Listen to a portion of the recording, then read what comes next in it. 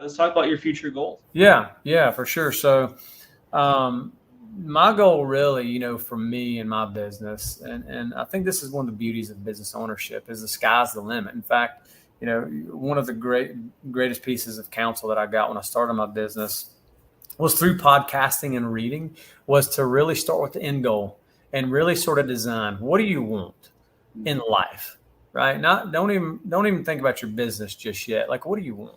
And then you figure out what you want, and then we have the beauty, Rick, to design a business that can help us achieve that want, whatever that is. And it's going to look different for everybody.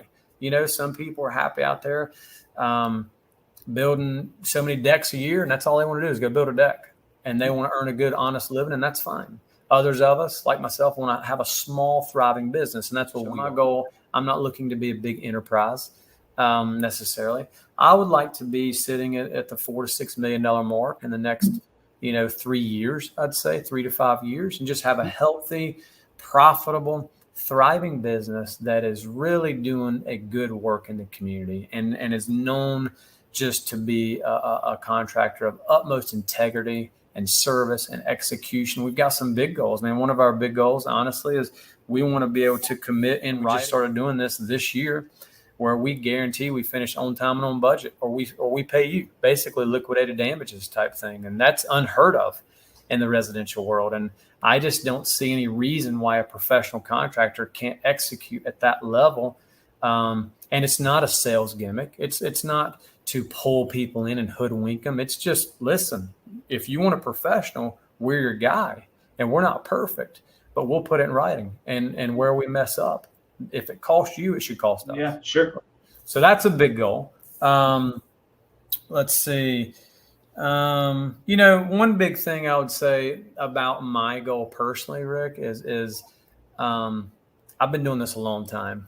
And any of you guys out there, that have been doing this a long time, selection, procurement, sales, permitting, all of the things, man, it gets a little mundane, it gets a little boring when you've done it so long. So what I'm really passionate about now is building that thriving business so that I can pull people into this business, give them a great job, a great opportunity, hopefully lead them really well, reward them for their efforts, and let them use their gifts that God has given them to go out and serve the community and have a great time doing it. Because what we do, while for many folks it's a luxury, it is still a great need. People are always looking to build or optimize their current home. And I think they're looking for great contractors to do it. And so again, why not us? Why not me? I love some of those ideas. In fact, I remember just when you were talking about your guarantee, we did that. One of my builders, actually, we had a clause in the contract, and it went both ways. We said, if you, Mr. Buyer or Mrs. Buyer, delay the closing or the completion, you pay X amount per day. If we delay it, we will pay you X amount per day. So it went both ways. So we said, hey, this is a partnership. And, sure enough, have some people that want to delay or don't want to close, and they drag their feet. And we say, that's fine. We have a closing date set. And if you're not closing that day, this is this is what we're penalizing you. And the same thing is, like, if we give you a closing date and we don't make it, we're paying you for the delay.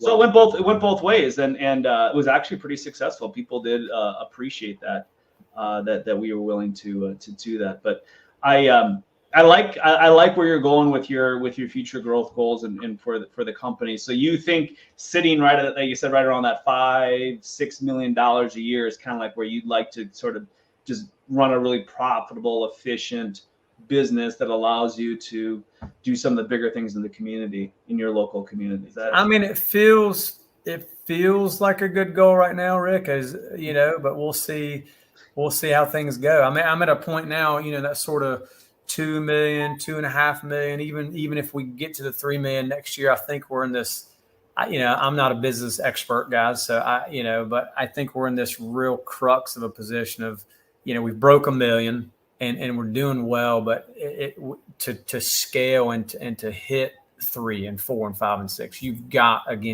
invest. I've got to have more people. I just simply can't execute. But again, it's not about just having a bunch of people doing a bunch of stuff. It's how do we create systems and efficiencies to optimize their time, make their job easier, more enjoyable, and more efficient. because it's going to keep our overhead down.